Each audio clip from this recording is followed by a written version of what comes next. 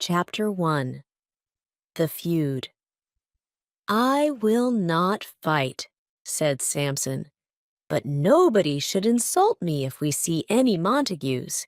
They had better be quiet. Or what? Asked Gregory. I'll kill them all. All? Gregory stopped walking and looked at his friend. Every one of them, said Samson. If they are Montagues, then I'll fight them if they say something to me. They began to walk on toward the square. What if one of the Montagues' dogs barks at you? Gregory asked jokingly. Then I'd fight with it. What about women? This time Samson stopped, as if to think about the question. It's all the same. If they are Montagues, they are my enemies, and they will know I'm angry. So you'd fight with the women? I didn't say that, Samson explained. I said they'd know I'm angry. I'd fight with the men. After beating them, I would be kind to the women. You mean you'd charm them, once the Montague men were gone? Yes, I guess so. But that's not really showing them that you're angry, unless you think charming the women is the same as fighting the men. Isn't it? Samson answered. Either way, it's about showing the Montagues who's the boss. I'll beat the men with swords, the women with smiles and pretty words. It's all the same. I wish it were the same, said Gregory, seeing two servants from the Montague family approaching from across the square.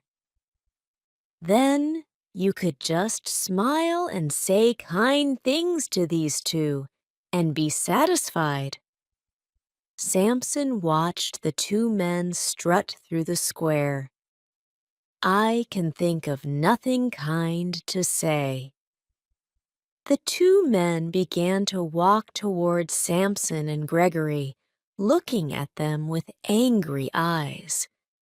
They were making nasty remarks among themselves about Samson and Gregory. Gregory gave an unnatural smile as the two passed by Samson did the same, but he could not hold in his hatred. As soon as the men passed, he stuck out his middle finger and went, "Arr!" The men stopped and turned. Are you giving us the finger, sir? Said one of them. Samson whispered to Gregory, is the law on our side if I say yes? No. Then no, stated Samson. But I saw you stick out your finger, said the man named Abraham. And I heard you make a noise, said the other named Balthazar. Then I stuck out my finger, sir, said Samson innocently, and I made a noise.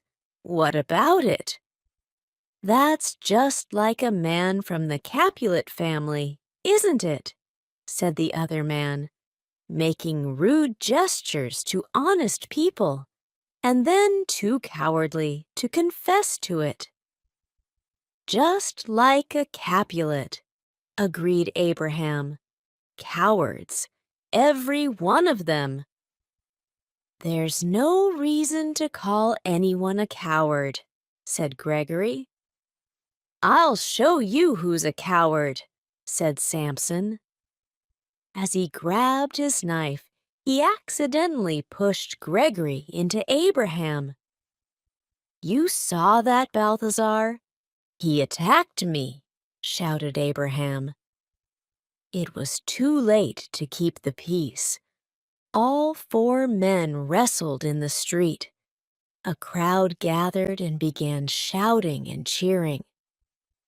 Benvolio, old Montague's nephew, heard the fighting.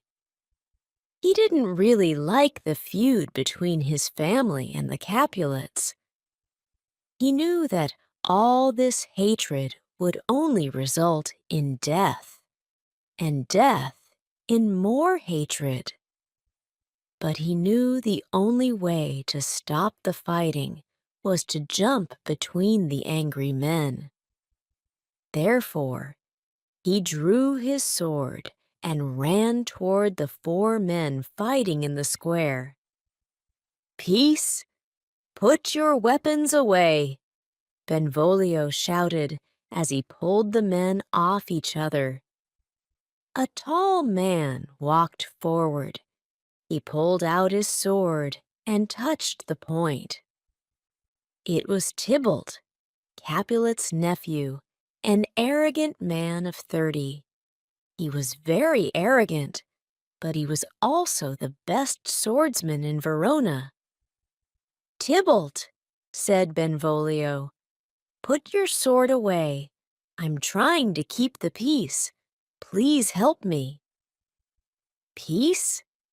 You stand there with your sword in your hand, talking of peace?" Tybalt spoke with a twisted smile. Benvolio barely had time to defend himself before Tybalt lunged at him. The crowd cheered again. "Kill the Montagues!" yelled some. "Kill the Capulets!" others yelled. "Kill them all!" yelled more. "Kill the Capulets?"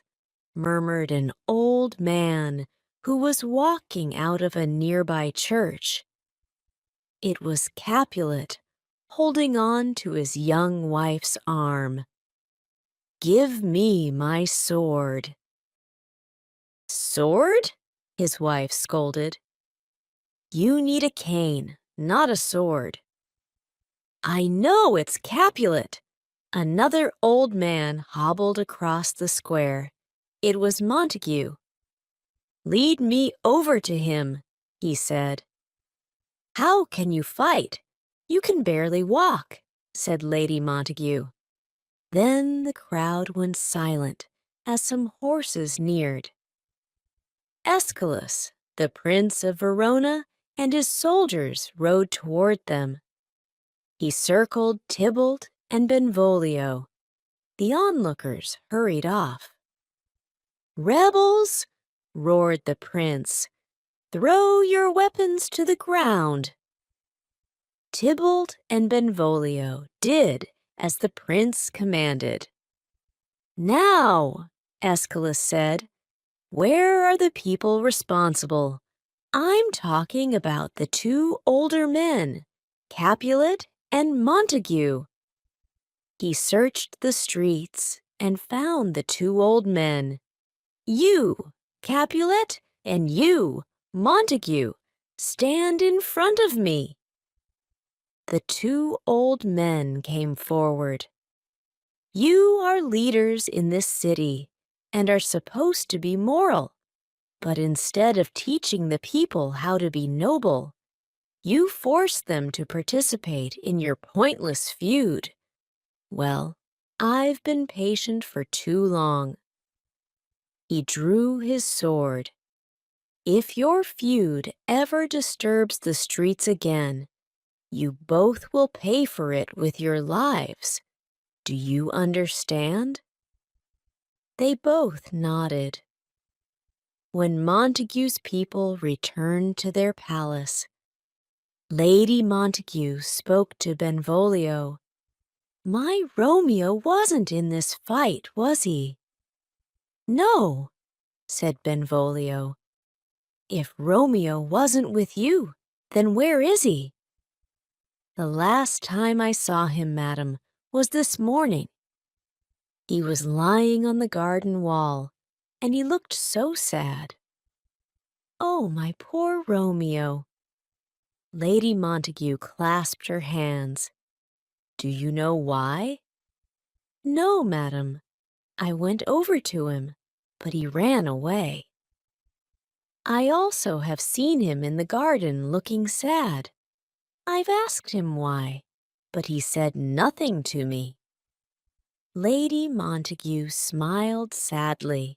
As they reached the palace, a young man stepped out of the rose bushes. "There's Romeo now, madam," said Benvolio. "Should I talk to him again?" "Please," said Lady Montague. She patted Benvolio's wrist and left with her husband. "Good morning, cousin," said Benvolio. "Is it still morning?" said Romeo, tossing a stone into the fountain. "It is only 9 o'clock." Sad hours passed slowly. Romeo threw another stone. "Why do the hours seem so long?" "I don't have anything to make them short." "You mean love," said Benvolio happily. "I thought you might be in love."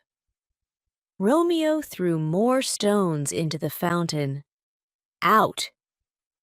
Benvolio wasn't sure what he meant. Was he telling him to go? "I don't understand. Romeo." "Out," he repeated. "I'm not in love, but out of love. The one I love does not love me, therefore I'm out of love." Benvolio slightly chuckled at what he thought was a joke, but Romeo had not been joking. "Don't laugh at me!" He stared at Benvolio. "No, no," Benvolio said. "It's just that—" Romeo raised his hand. "Forgive me," he said. "I haven't slept in a day because I've been thinking so much."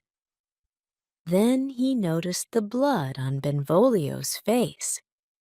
"I didn't even notice that you have been injured." "It's nothing," said Benvolio. "Just the usual fight with the Capulets." "I should have been with you. Maybe I couldn't help, but perhaps one of the Capulets would have stabbed me and put me out of my misery." "You aren't serious."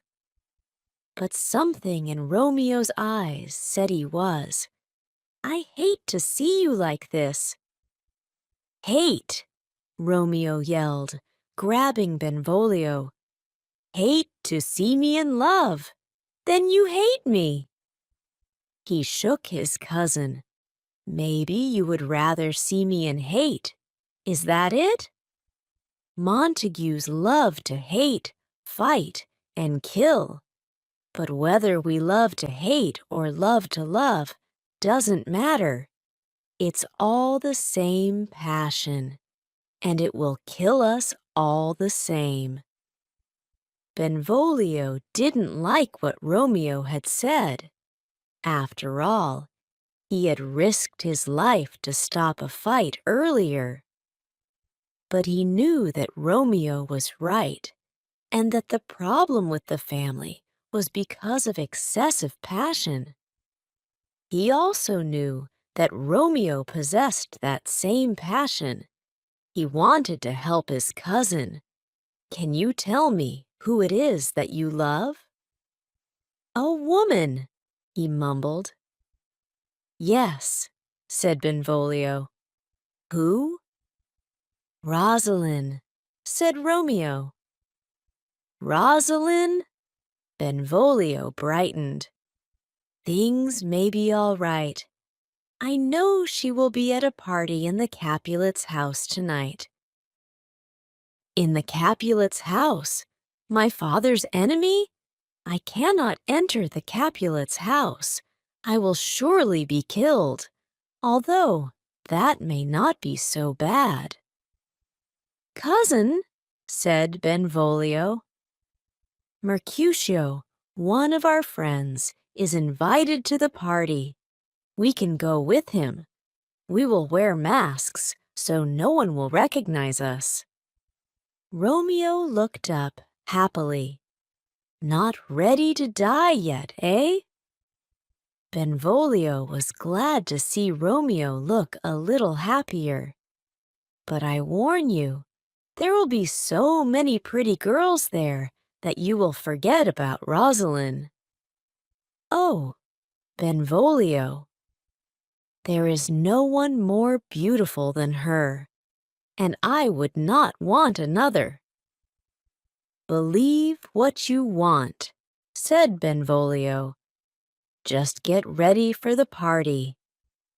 Capulet, drinking some cool water, leaned back in his chair.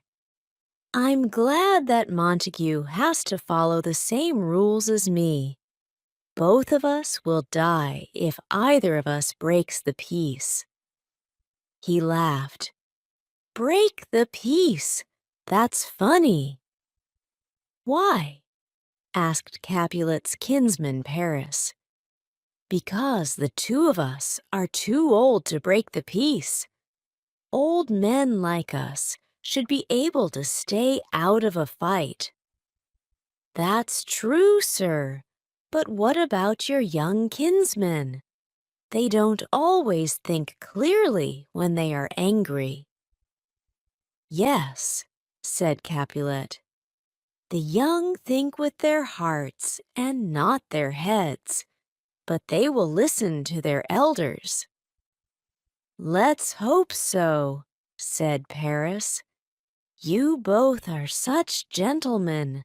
I can't believe this quarrel has continued for so long. Truly, and I think I've even forgotten how it started. Capulet laughed again. Paris laughed with him, but he wanted to change the subject. Have you thought about my request? Your request? I had almost forgotten, said Capulet. Are you opposed to the marriage? Asked Paris. No, answered Capulet, though I'm not really for it either. You are a fine young man, but Juliet is so young. Give her 2 more years. Many ladies younger than her are already mothers. Paris gently objected. Because they married too soon, snapped Capulet. But he knew that Paris was right. His wife was Juliet's age when they married. But Capulet wasn't ready to see his only daughter get married. However, there was no reason why she shouldn't get married. After all, she couldn't stay his little girl forever. I think I've upset you, said Paris. You are her father, and you know what is best for her. Wait, said Capulet. Paris stopped. I will agree to the marriage, said Capulet, but the final decision is hers. Come to the party tonight. If she agrees to marry you, then you will have my blessing. Thank you, I will, cried Paris as he walked out of the room. Alone, Capulet looked out the window. He imagined Juliet falling in love, just as he had done. Then he went to sleep. Chapter 2. Love at First Sight. Nurse! Called Lady Capulet. Coming, madam, yelled the nurse as she ran down the stairs. Where's my daughter? Demanded Lady Capulet. Where are you, Juliet? The nurse shouted up the stairs. Juliet appeared at the top of the stairs. Her long black hair looked beautiful. Now, began Lady Capulet, you are old enough to get married. So tell me, Juliet, how would you like to be married? Juliet thought the question was awkward. She didn't want to defy her mother, so she chose her words carefully. "I've always dreamed of getting married," she said politely, "but I'm still too young to think of marriage." Lady Capulet knew this would be difficult, so she spoke directly. "I will be brief. The brave Paris wants to marry you. What do you think, Juliet?" spoke Lady Capulet. "He will be at the party tonight. Take a good look at him before you answer." "I will look," replied Juliet. Lady Capulet couldn't tell if Juliet was happy and wondered if she could love Paris. Come on," yelled Mercutio to Romeo and Benvolio. "We're going to be late." "I thought a man in love could fly here on Cupid's wings." Mercutio laughed. "You're wrong, Mercutio," Romeo said. "Love is burdensome, so a lover's feet are slow."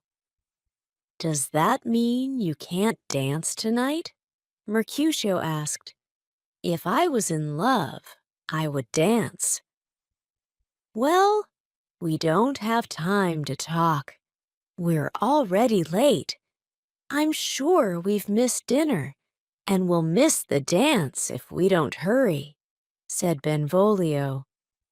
"It's okay if we're late," said Romeo. "I fear tonight will be a disaster." "Okay," said Mercutio. "We'd better hurry then. I don't want to keep a man in love from his disaster." They hurried down the street and arrived at a gate. Just beyond was a large hall, and they could hear the sounds of music and laughter. "Let's put on our disguises," said Mercutio. "Otherwise the doorman will not let us enter since we are Montagues." The three entered the party wearing masks. Mercutio and Benvolio joined the dance, while Romeo walked among the crowd of people. He was hoping to see his beloved Rosalind, but Romeo saw someone else. She seemed like a picture. She moved effortlessly, as if she was floating on air. She was so beautiful. She was like an angel. "She is so beautiful that she makes the stars shine bright," Romeo mumbled to himself. He walked as if in a trance. "Was I really in love before now?" he asked himself. "No," he answered aloud. "No, I have never really seen beauty before tonight." He lifted his mask, hoping the lady would his face. She did. "What's the matter?" asked Paris, as Juliet stopped dancing. "Nothing," she answered. "Something is in my eye." They continued dancing, but Juliet couldn't stop looking at the person she had just seen. Neither could her cousin. "A Montague," Tybalt said angrily. "He comes to our party masked, to make fun of us." "What's the matter?" asked Capulet, as he walked over to Tybalt. "Uncle," said Tybalt, pointing to Romeo. "He is a Montague." Capulet looked. "It's young Romeo." "Romeo!" shouted Tybalt. "Calm down, nephew," said Capulet. "Leave him alone. He appears to be a gentleman. Be patient, and don't think about him." "Too late," replied Tybalt. Capulet didn't like that Tybalt was being rude, but he tried to reason with him. "It's what I want," he said. Please respect my wishes and be happy. Sad people don't belong at parties. Sad people belong at parties when an enemy is a guest. I cannot tolerate him. You will tolerate him, Capulet scolded. Tybalt turned his back on his uncle.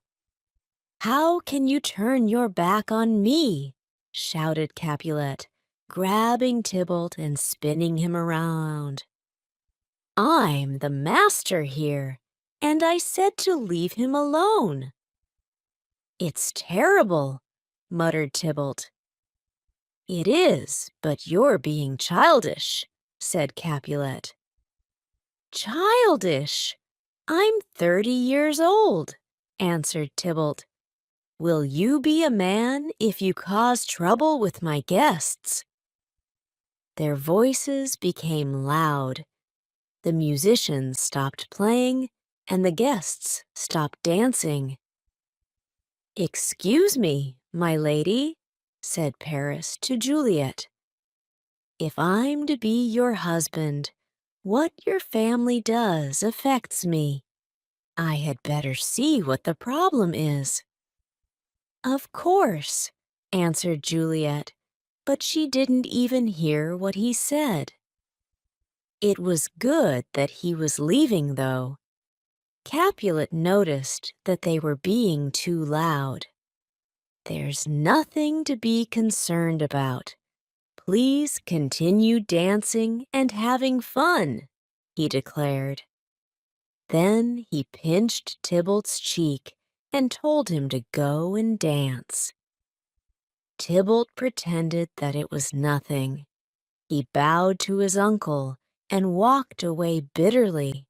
On the dance floor, Juliet heard a whisper in her ear. The dancing is starting, it said, but follow me.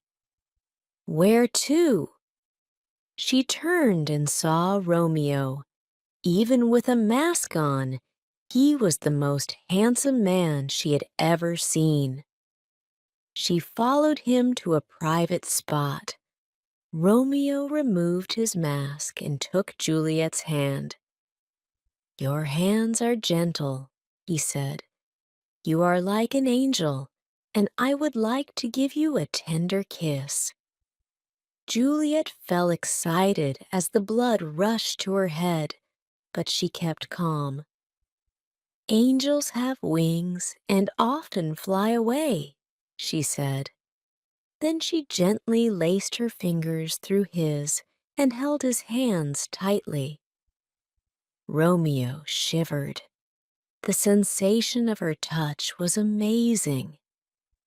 He wanted to kiss her more than ever, but she hadn't given him permission. Don't angels have lips? He said as he stroked her hand. Yes, she said. She knew Romeo wanted to kiss her, and she warned him to, but she didn't want to be too bold. Juliet knew it wasn't proper for a young lady to tell a stranger to kiss her, but his touch was so gentle, so strong, and so warm that she could almost imagine what his lips would feel like. How could she get him to kiss her? Romeo was waiting for an answer. Juliet turned her eyes away because she was afraid he would know how she felt. I guess your lips don't desire a kiss, he said, as he began to release her hand. But Juliet wouldn't let go. She moved Romeo's hand to her heart. Romeo felt Juliet's heart pounding.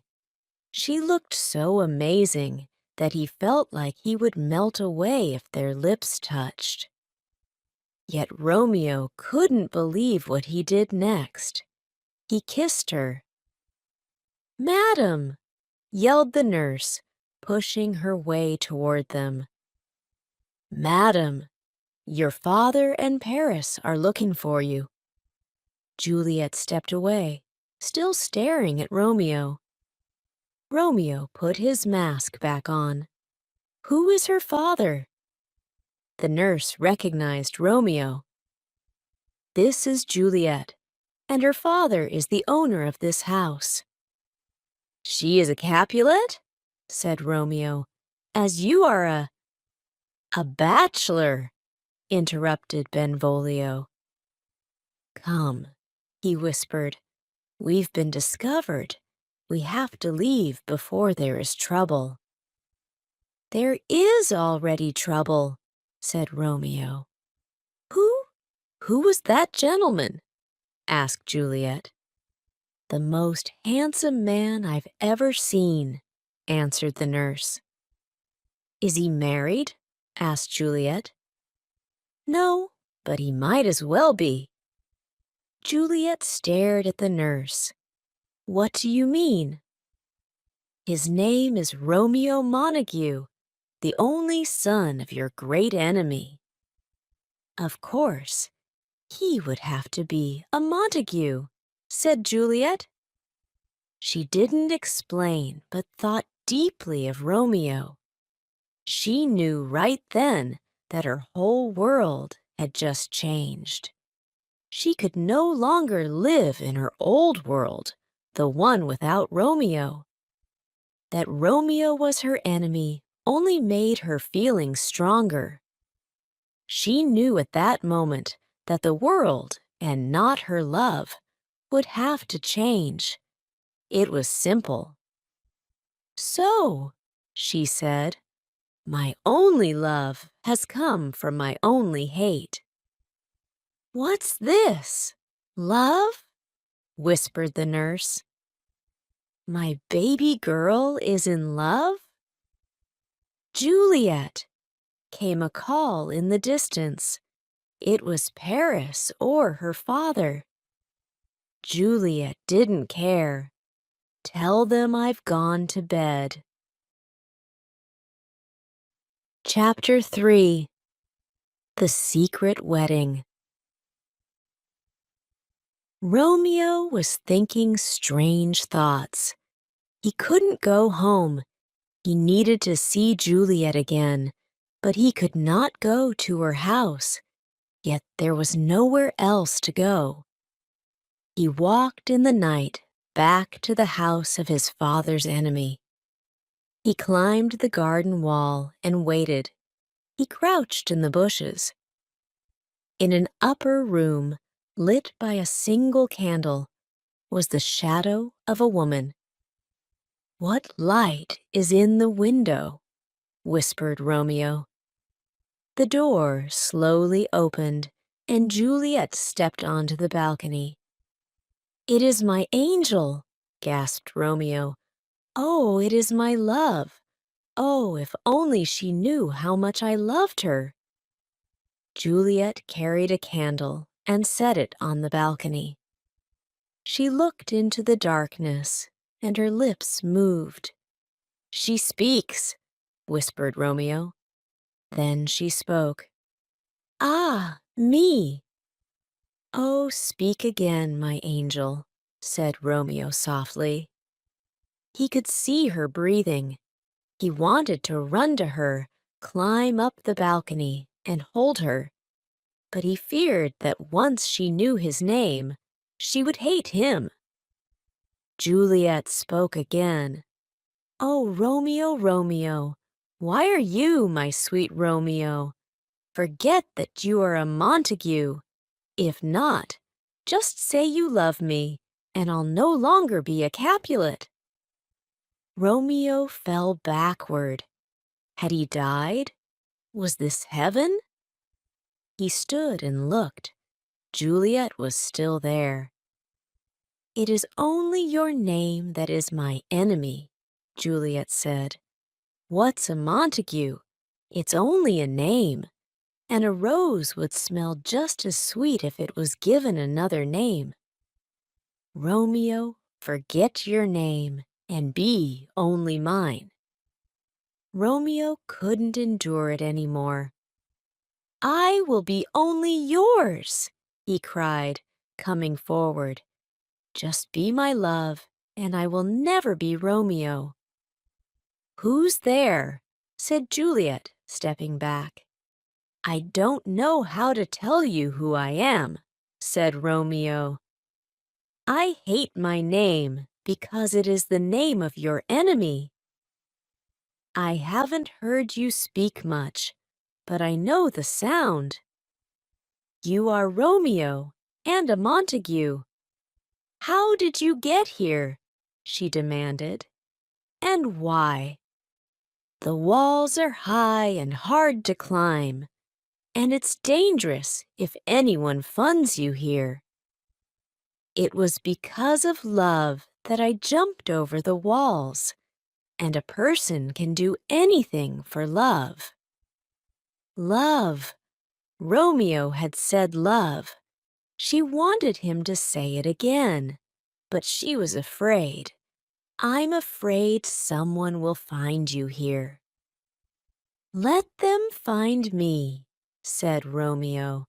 "I would rather die here with you than live miserably without your love." She closed her eyes and imagined him. "Do you love me?" she whispered.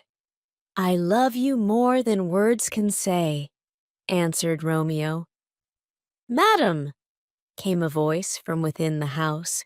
It was the nurse. Juliet's eyes opened wide. "A noise! Go, dear love."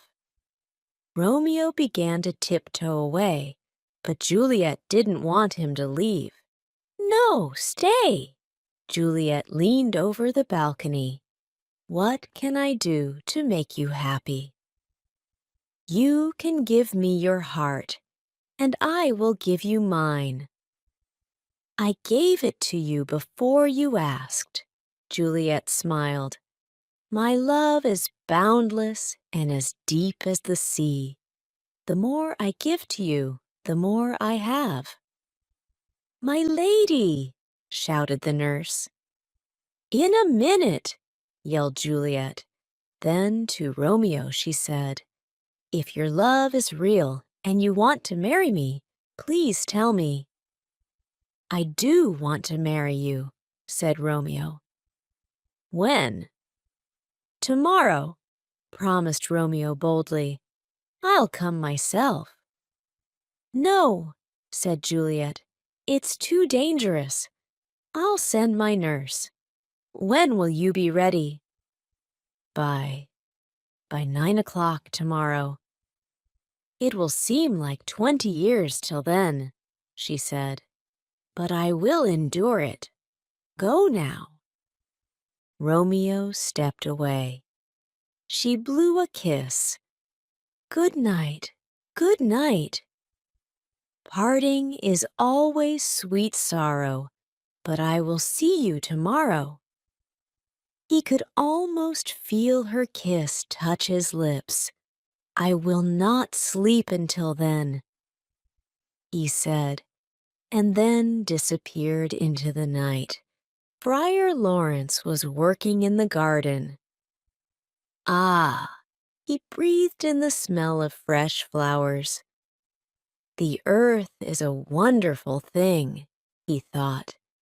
"It gives life to new flowers and trees." He pulled a pair of scissors from his pocket and began to prune the flowers, humming as he worked. "Good morning, Father," came an urgent voice.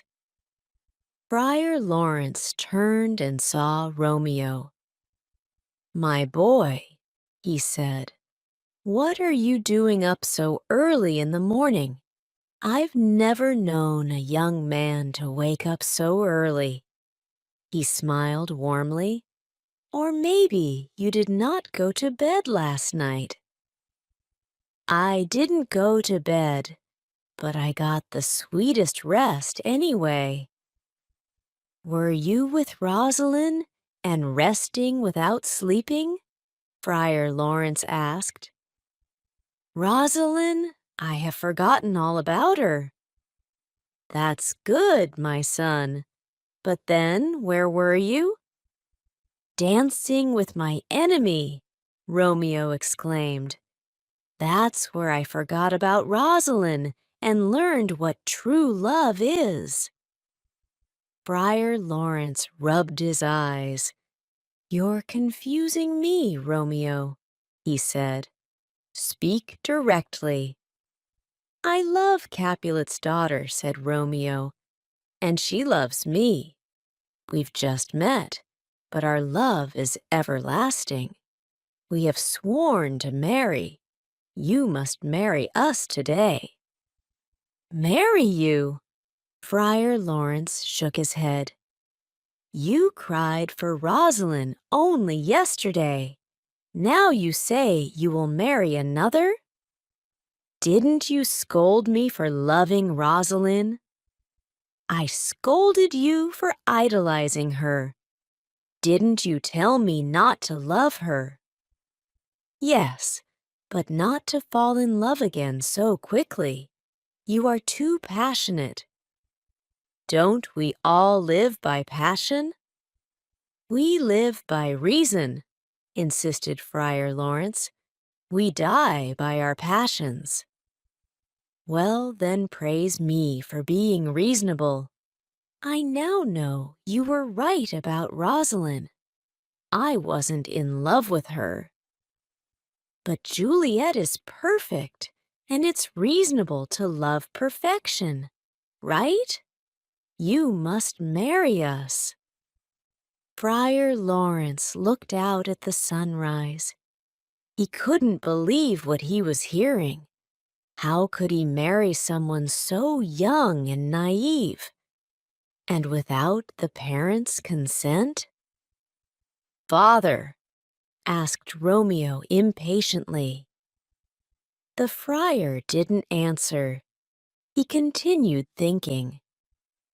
Maybe a marriage would force peace between the fighting families. "You have not persuaded me, Romeo," said Friar Lawrence at last. "But I will marry you, and I hope this marriage brings love to your two families instead of hate." Friar Lawrence put his scissors back into his pocket and led Romeo to the church. "Where is Romeo?" Mercutio leaned against the church steps. "You said he wasn't home when you got there." "No," answered Benvolio, "but Tybalt has sent a letter to him." "A challenge to fight?" asked Mercutio. Benvolio kicked a stone. "I'm sure Romeo will accept the challenge." "Then Romeo will die," said Mercutio. "Tybalt is an excellent fighter." Benvolio knew Mercutio was right, but Romeo was no coward. If Tybalt challenged him, Romeo would accept, and then Romeo would be killed. Benvolio didn't want to imagine that.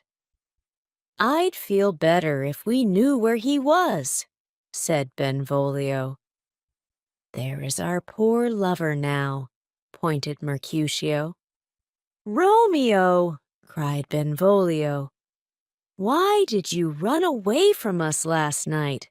asked Mercutio. "I'm sorry," said Romeo. "I had something very important to do. What were you so concerned about?" "About our friend," said Mercutio.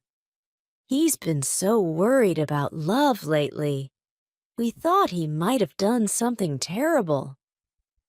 "Have you seen the letter, Romeo?" asked Benvolio. "Letter?" "Yes," said Mercutio, "from the house of Capulet, your enemy." Romeo's eyes lit up. "From the house of Capulet? What did it say?" "Why do you sound excited?" asked Benvolio. "Is it news?" asked Romeo. "I'm so in love. It seems like 1,000 years since I last heard her voice. Where is the letter?" "What do you mean, her voice?" asked Benvolio, puzzled. "He's crazy," said Mercutio, "and I must be too." He rubbed his eyes. "Is that an elephant coming toward us?" They all looked up and saw Juliet's nurse walking toward them. "Oh, I see," said Mercutio, loud enough for the nurse to hear. "It's just a fat lady." "Fat lady!" The nurse turned red with anger and ran toward Mercutio. "You have no manners." "Stop this!" yelled Benvolio. "Both of you calm down. I was looking for young Romeo here, but I'm sad to see him with such rude men," said the nurse. "Take him with you," said Mercutio. "A man in love is not good company for bad-mannered men like us." "What can I do for you, madam?" asked Romeo. "Can I talk to you in private, sir?" asked the nurse. They stepped aside. The nurse studied Romeo. "My young lady has told me everything. I have a message from her. But first, she is so young, so do you only pretend to love her?" "Pretend?" protested Romeo. "I cannot pretend. With Juliet, I have discovered myself. My heart, my mind, and my soul belong to her." The nurse no longer doubted Romeo.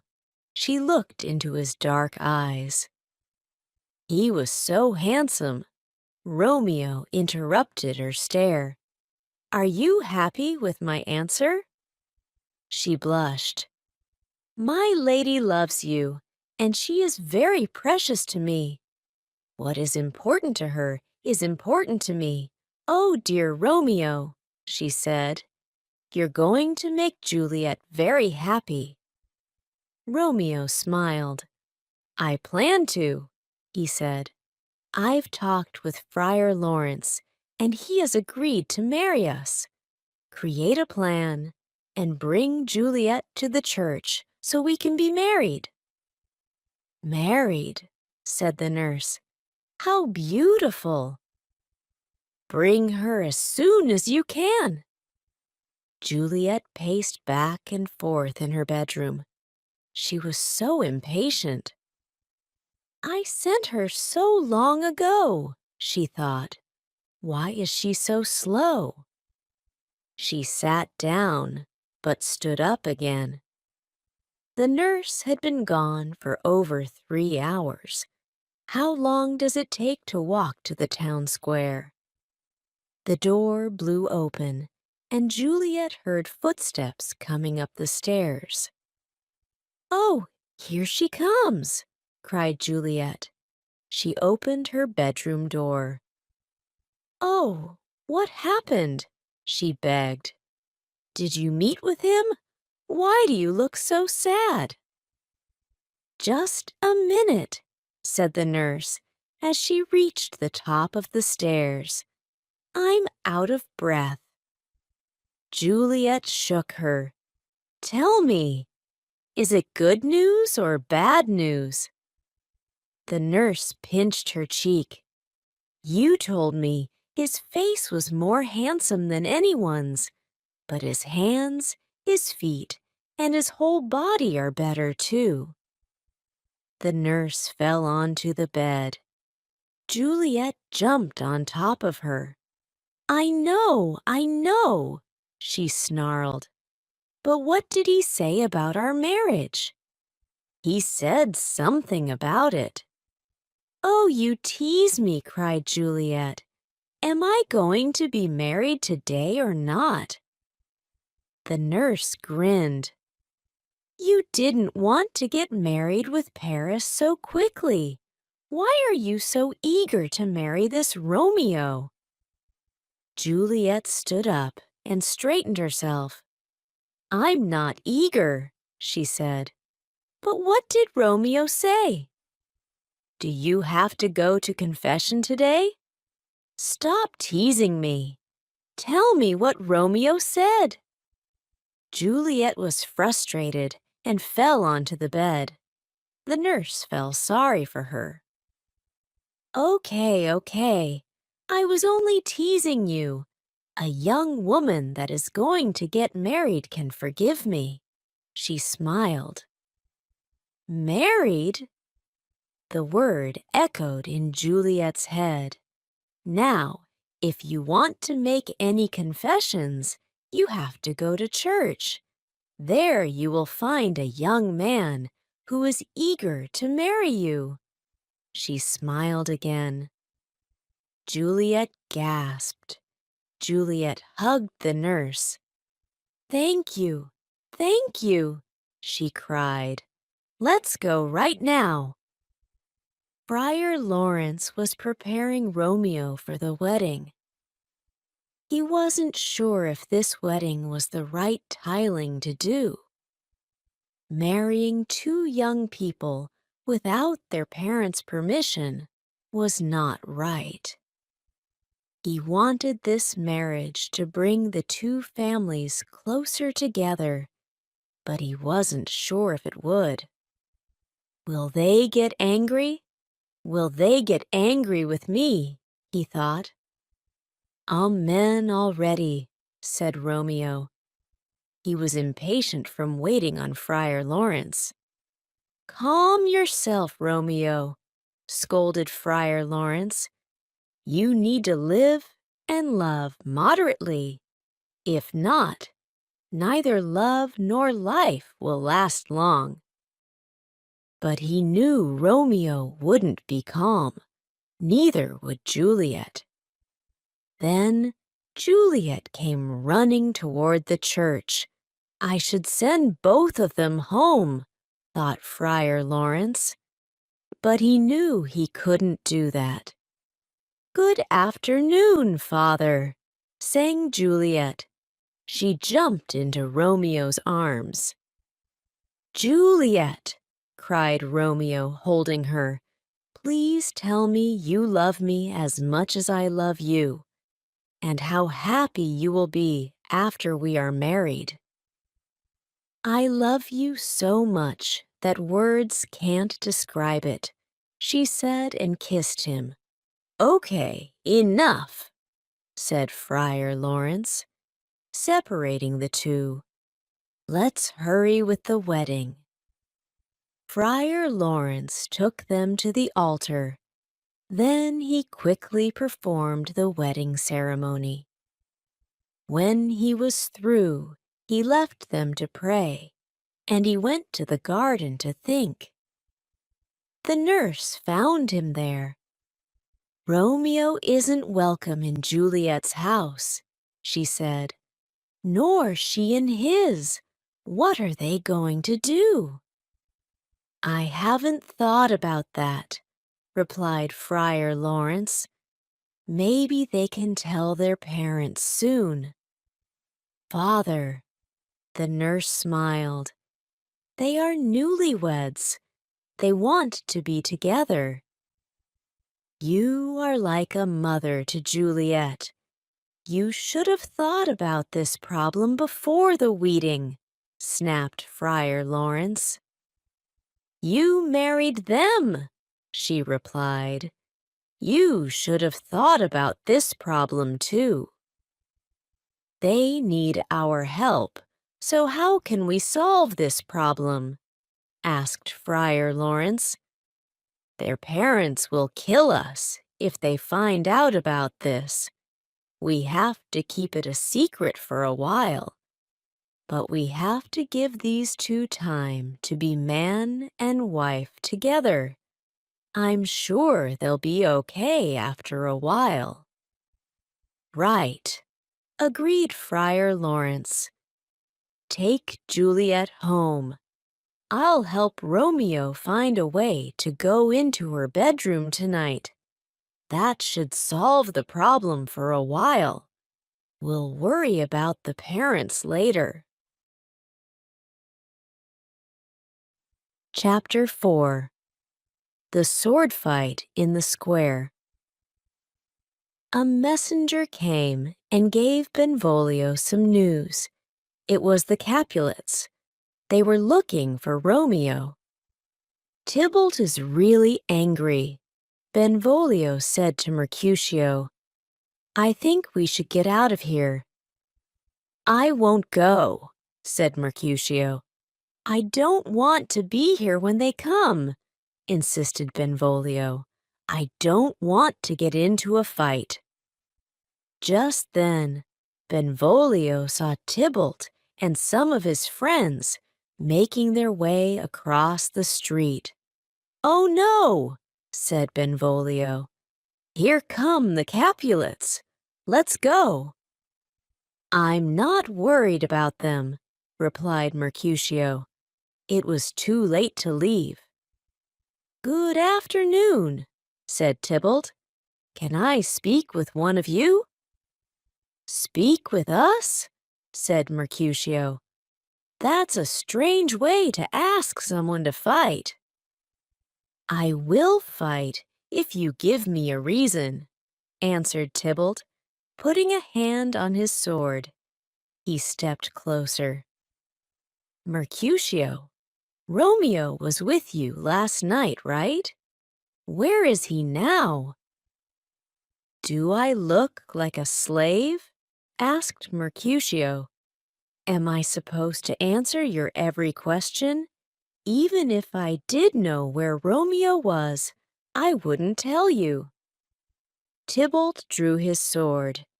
"Gentlemen," interrupted Benvolio, "either stop this fight or go somewhere else to finish it. Everyone is watching us." "No need," said Tybalt. He saw Romeo walking toward them. "Here comes my man." "Your man?" said Mercutio, teasing Tybalt. "Is he one of your servants?" "A mistake," said Tybalt, as Romeo came up to them. "I should have called him a villain instead." He looked at Romeo. Romeo just smiled.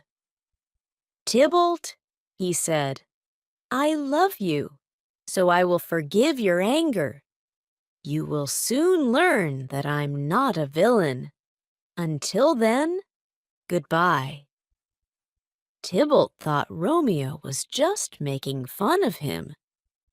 "You ruined our party last night with your presence. Now turn and draw your sword," shouted Tybalt. "I've never hurt you, Tybalt, and I couldn't now. I love you like a brother, more like a brother than you know." He bowed. "Be happy." Mercutio looked at Romeo. "He's being dishonorable. Why is he acting like this?" "I think he's being reasonable," said Benvolio. "Let's peacefully go away and be happy." "I'll be happy when Tybalt is dead," said Mercutio. Tybalt lifted his sword. "I'm ready for you." "Tybalt?" "Mercutio," said Romeo. "Put your swords away." Mercutio pushed Romeo aside and lunged at Tybalt. Tybalt stepped aside. Then he began swinging his sword at Mercutio. "Tybalt! Mercutio! The prince has forbidden this. Stop!" Romeo shouted. "Benvolio, help me stop this fight." Romeo stepped between the two and grabbed Mercutio. But Tybalt kept coming. Mercutio tried to defend himself, but Romeo was holding him too tightly. Tybalt's sword stuck into Mercutio's chest. "Ah!" Mercutio cried, falling to the ground. Tybalt withdrew his sword and wiped off the blood. Benvolio ran to Mercutio. "How bad is it?" "It's enough." Mercutio coughed. He put his hand over his chest. Blood gushed through his fingers. "Be brave," said Romeo. "You'll be okay." "No," said Mercutio, his senses leaving him. "I won't be okay." Blood began to come out of his mouth. "Why did you come between us, Romeo?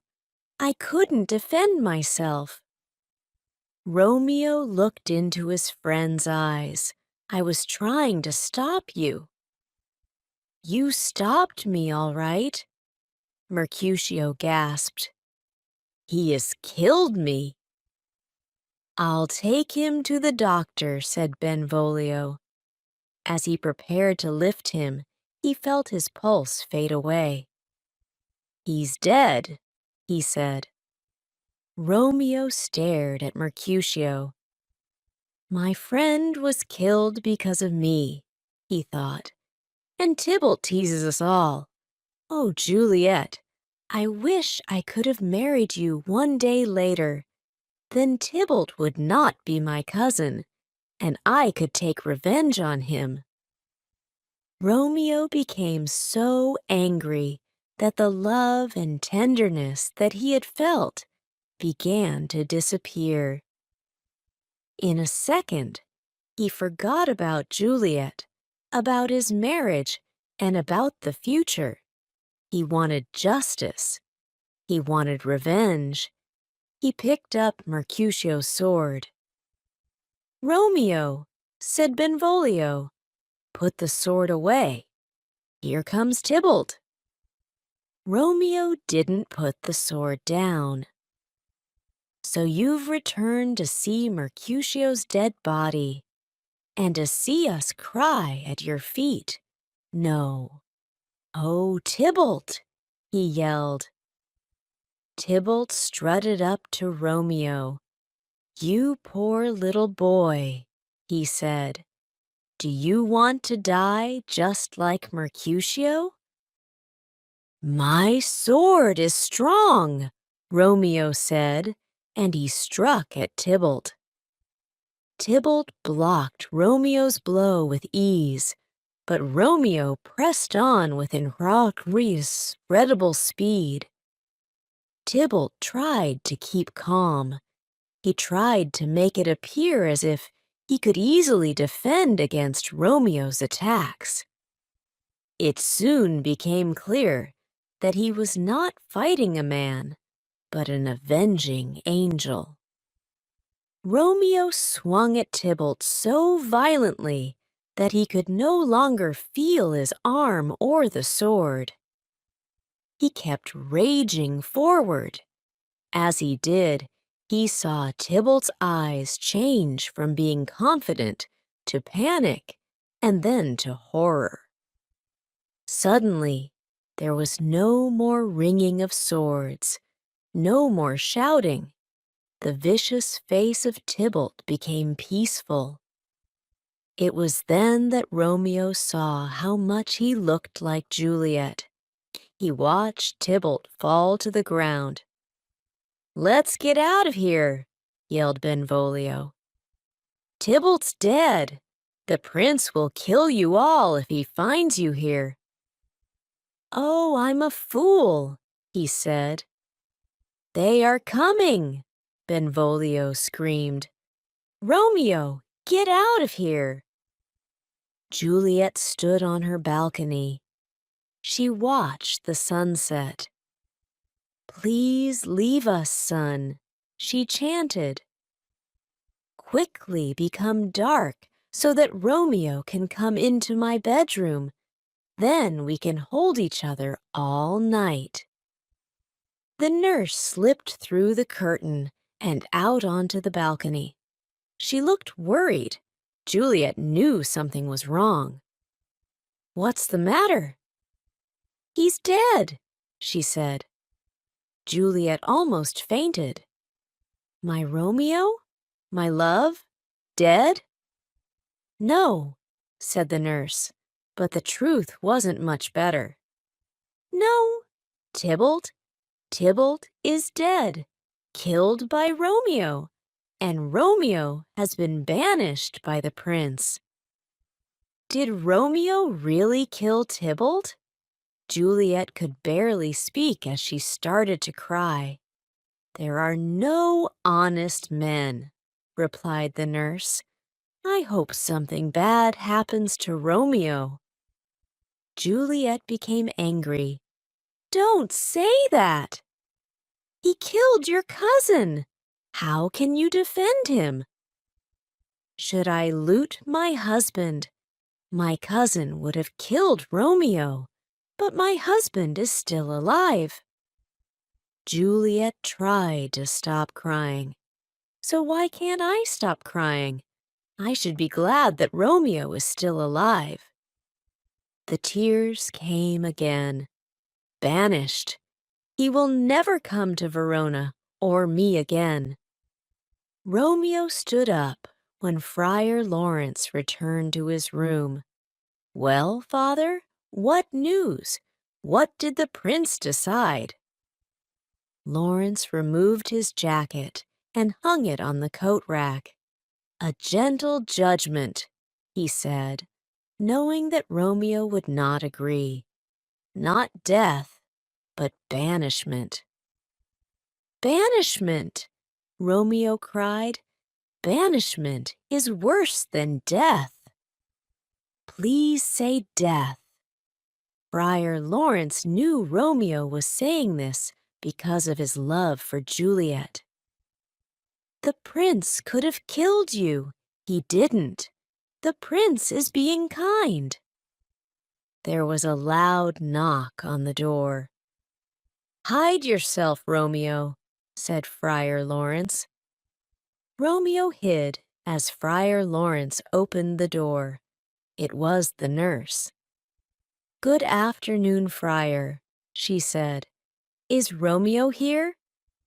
He is very sad, but here, he said. Romeo! Romeo came forward. He looks like Juliet, said the nurse. Tears and crying. You break my heart, nurse, said Romeo, to speak of Juliet. And you broke her heart, she said. She wants to see Tybalt and you, but she can't see either. Because I'm the bad guy that murdered her cousin, said Romeo. I will make Juliet happy and kill that bad guy. He pulled out his knife and placed it against his chest. Don't do that! Friar Lawrence knocked the knife out of Romeo's hands. You amaze me. You killed Tybalt by mistake, but if you kill yourself, you will also be killing Juliet. She is still alive. Will you abandon her by killing yourself? The prince has given your life. Calm down and think about what you will do. Romeo collapsed in a chair. Friar Lawrence put his hand on Romeo's head. Meet your love tonight. Go to her room as we have planned. Comfort her. We will get you out of the city after you have done this. You can live in Mantua until we can fix things between your families. If your love is strong enough, it will endure. Good idea, said the nurse. I'll go and tell Juliet you will come tonight. Capulet was at his home with Paris. Because of Tybalt's death, he realized that many of the young people didn't listen to him. Tybalt hadn't listened to him, and so he had died. Capulet didn't want his only daughter to make the same mistake. Wife, he commanded, speak to Juliet before you go to bed. Tell her that Paris loves her. Tell her that on Thursday, 3 days from now, she will marry Paris. Lady Capulet bowed and left. "Is this okay with you?" Capulet asked Paris. "Of course. I only wish that we could marry tomorrow," he answered. Chapter 5. The Secret Plan. Upstairs in Juliet's bedroom, Romeo kissed his lover's lips. "Why do you have to leave so soon?" Juliet asked. "I must go and live or stay and die." "Stay, and we will die together," she said as she hugged him. He kissed her again. "I will if you will." "My lady," whispered the nurse as she opened the bedroom door. "Your mother is coming." "Goodbye, my wife, my love," said Romeo. "One more kiss, and I'll leave." He moved her hair and kissed her forehead. "My husband," said Juliet, "I must hear from you every day." "Goodbye," Ho said again. "I'll write you every day." "When will we meet again?" "Soon."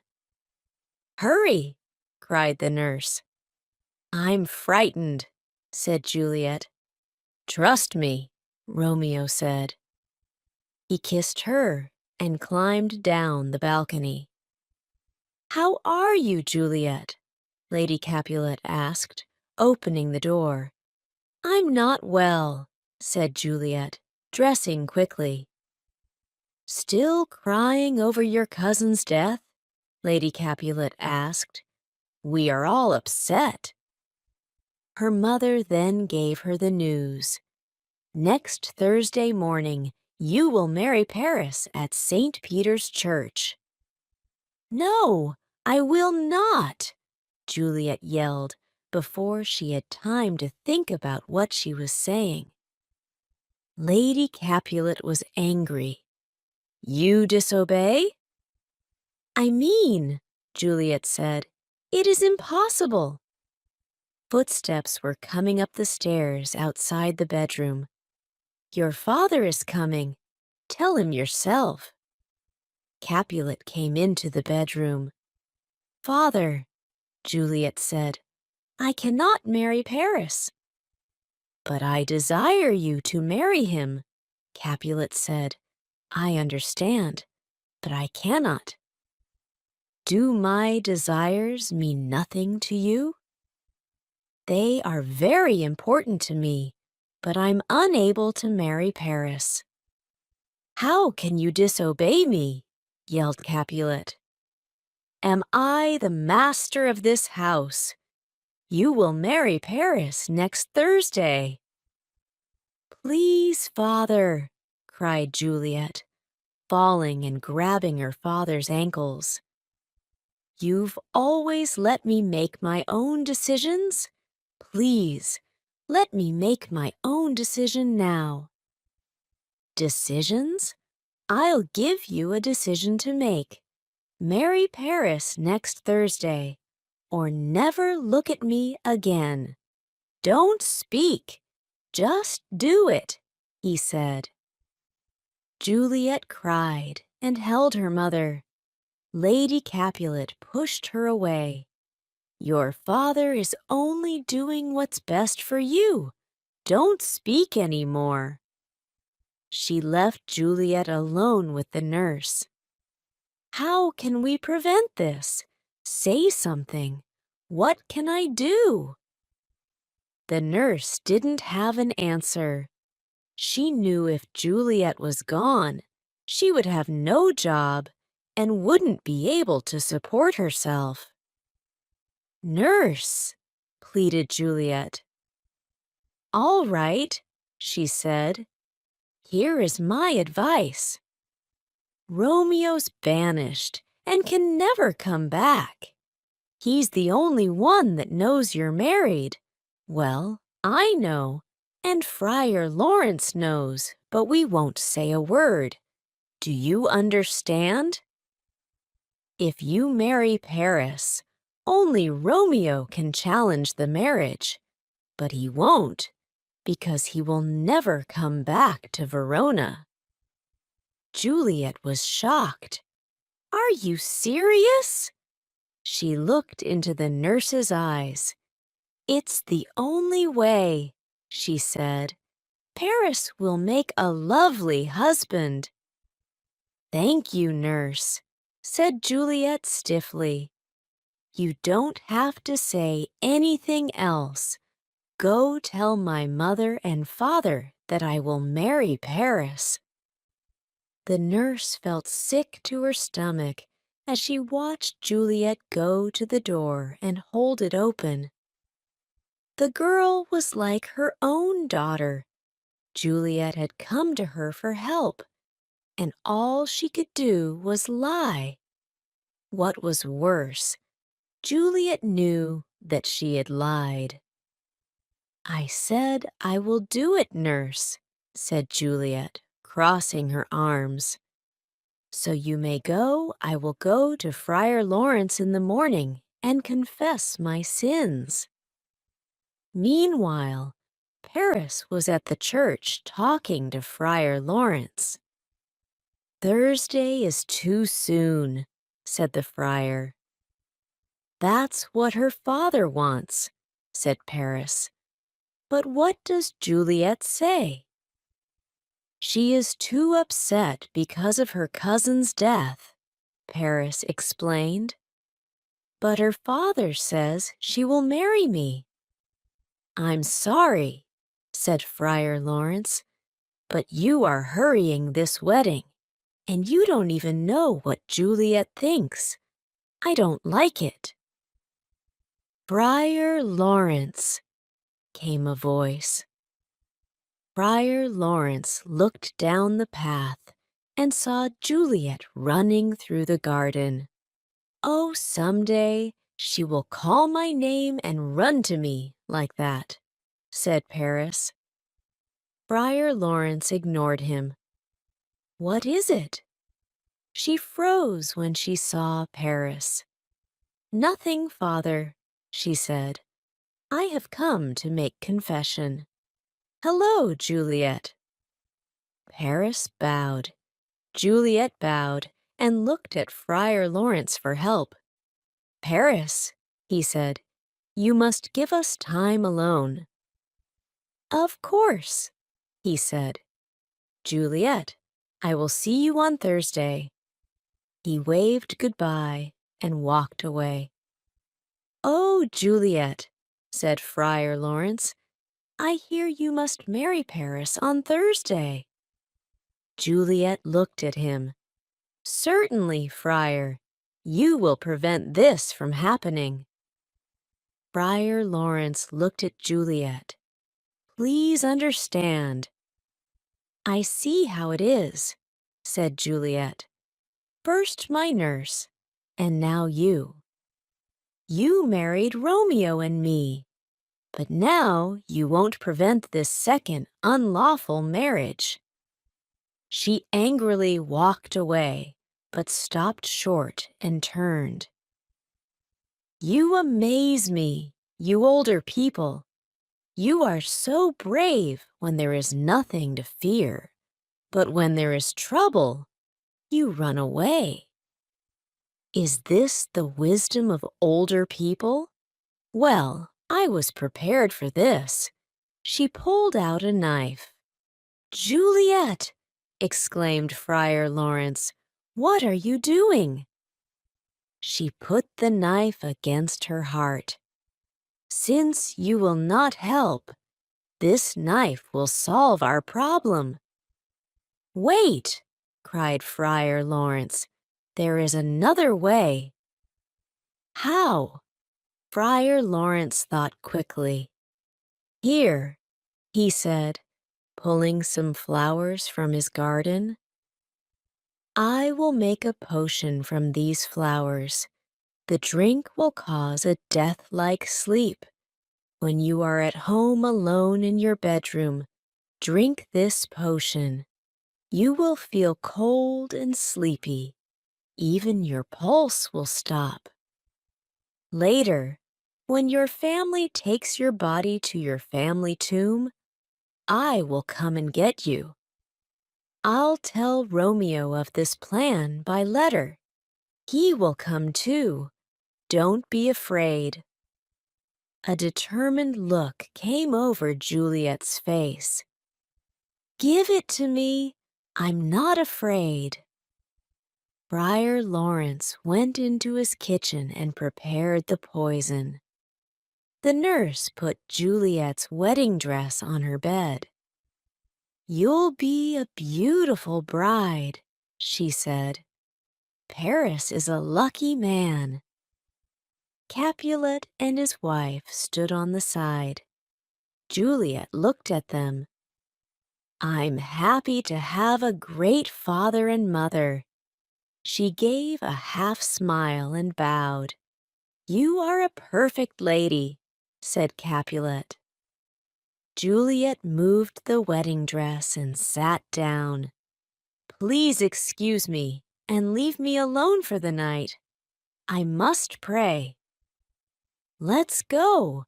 Leave her to pray," said Capulet. "Daughter, you have made me very happy." He hobbled out of the bedroom.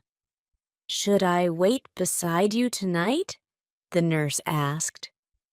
"Thank you." Juliet didn't even look at the nurse. "But that okay.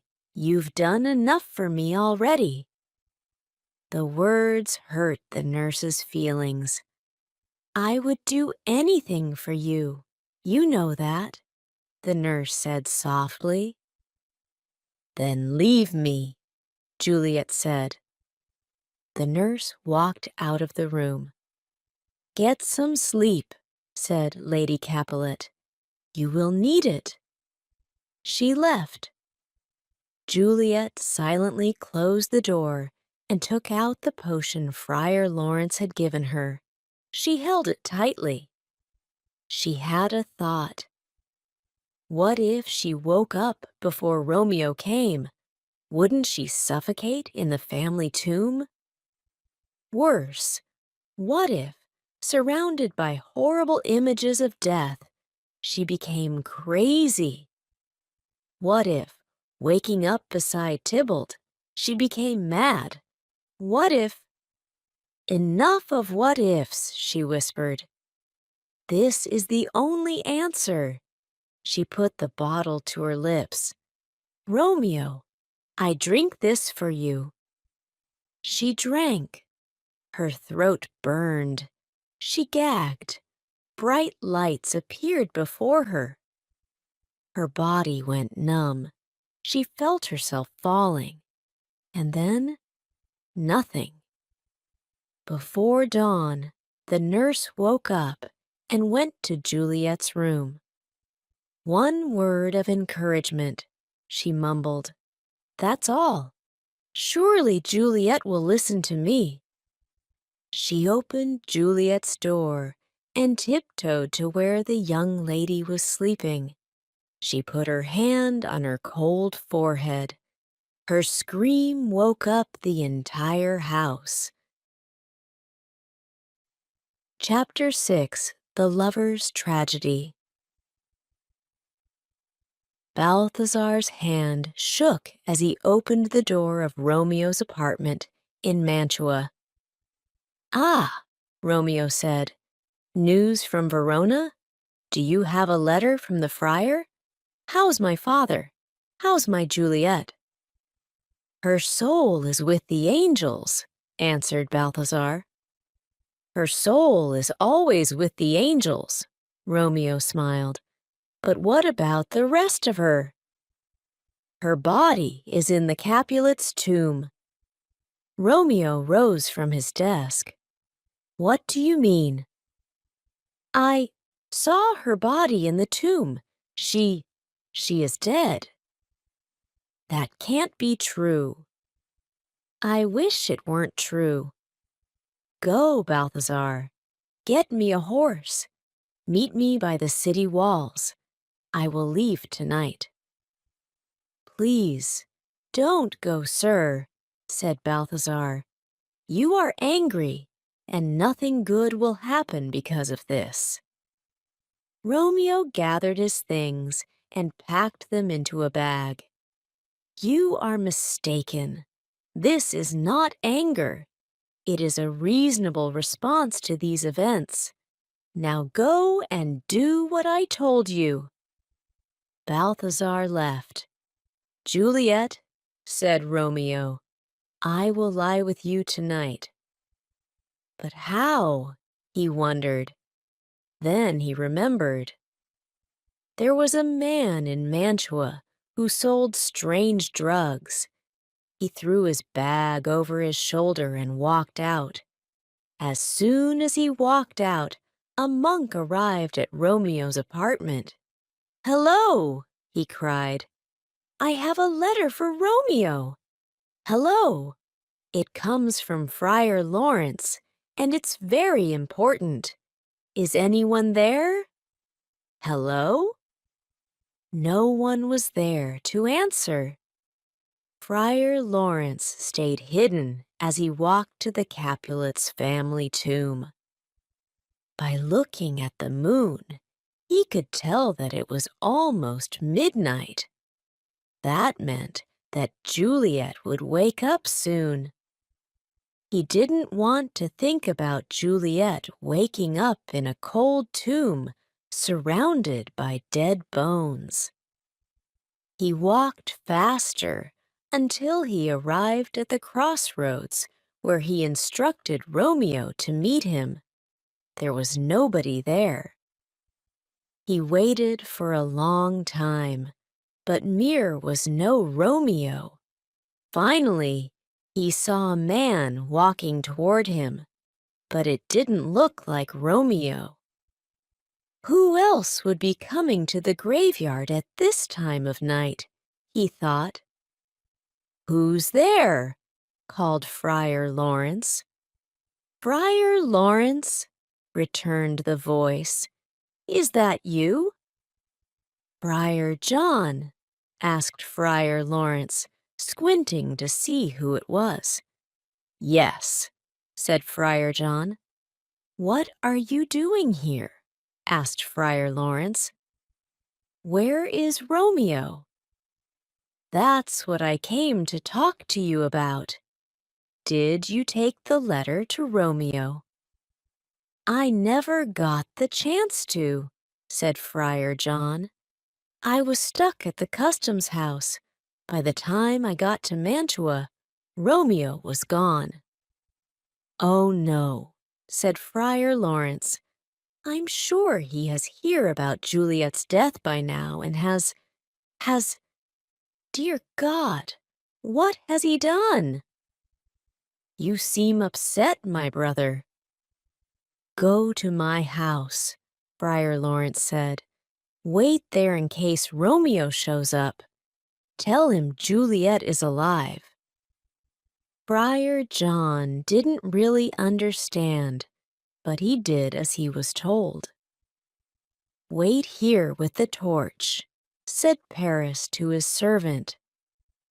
The servant went to the side of the road while Paris went to the Capulet's tomb. He dropped flowers in front of the tomb. "This," he told himself, "I will do this every night to show how much I loved Juliet." As he dropped the flowers, he heard his servant whistle. Was it a ghost? Paris looked across the graveyard and saw a man approaching. He hid himself behind a large tombstone. It was no ghost, thought Paris. It was Romeo with a crowbar, the man who killed Tybalt. Now he has come to destroy the tomb, not when I'm here. Romeo started to open the door with the crowbar.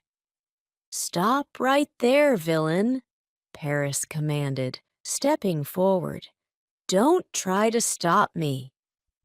Romeo said without looking up, "Leave me alone." The door groaned open. Paris grabbed Romeo by the arm. When Romeo felt his hand, He spun around and swung the crowbar, hitting Paris in the head. Paris fell dead to the ground. His servant, who had been watching, ran off to tell the soldiers. Romeo dragged Paris's body into the tomb.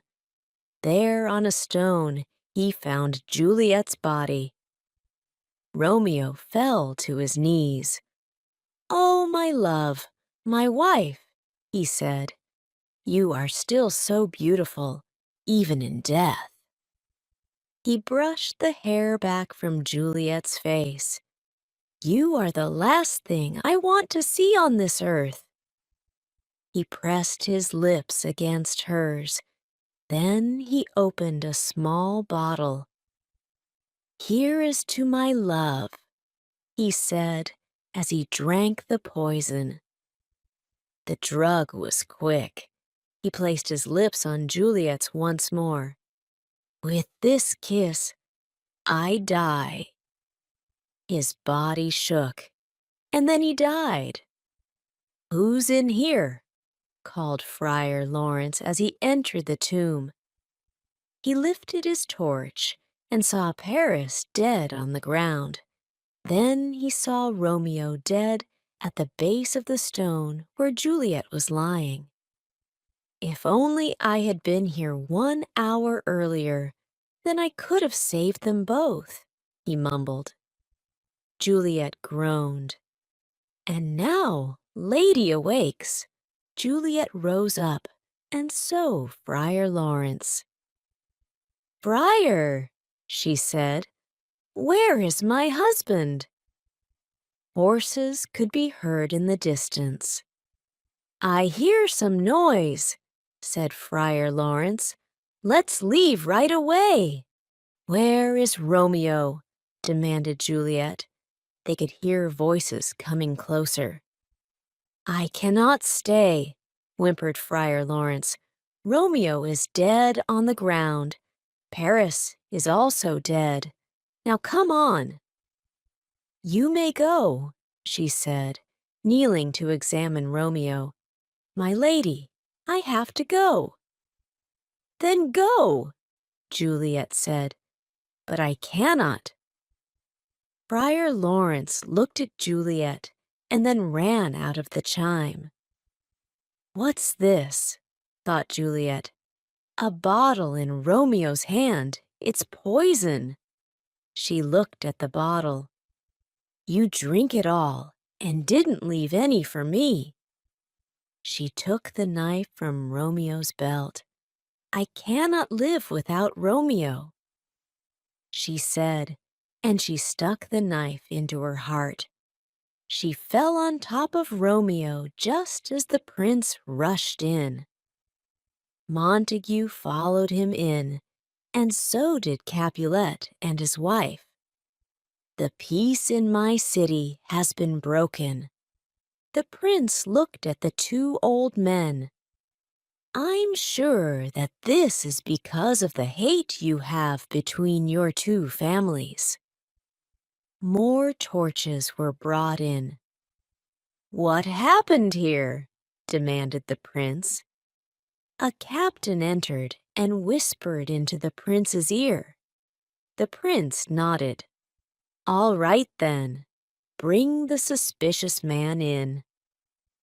Two soldiers dragged in Friar Lawrence and threw him on the ground. Friar Lawrence pleaded, "I know I look guilty, but I didn't murder anyone." "Then what happened here?" asked the prince. Friar Lawrence told them everything. He told them how he had married Romeo and Juliet. Everyone gasped. When old Capulet said he wanted her to marry Paris, she came to me for help, said Friar Lawrence. I gave her a drink to make her sleep. She would have killed herself there in my room if I hadn't. "Continue," said the prince. "I tried to tell Romeo, but my letter arrived too late. When I came here to get Juliet, Romeo had already arrived. He didn't know that she was just sleeping, so he killed himself. He looked at Paris's body. I guess Paris died trying to stop Romeo from entering the tomb. I tried to get Juliet to leave, but she wouldn't. Why didn't you stay with her? Asked Capulet. I was afraid. I'm a coward, he cried. Enough, the prince said. It's true, TLV. You should have helped these young people, but it's not your fault, said the prince. He turned to Capulet and Montague. See what has happened because of your ancient grudge. You've lost your only children. Capulet looked up from the body of his daughter. He saw his old enemy kneeling across from him. Brother Montague, he said, please forgive me for all of this hatred. Montague leaned across the bodies of Romeo and Juliet and put his arms around Capulet. I will make a pure gold statue in honor of your daughter, and I will put one of Romeo by her side. Prince Escalus lifted the two old men to their feet. Let's leave this place and talk somewhere else. He led all the grieving people out of the tomb. There has never been a more tragic story than this one of Romeo and Juliet, said the prince.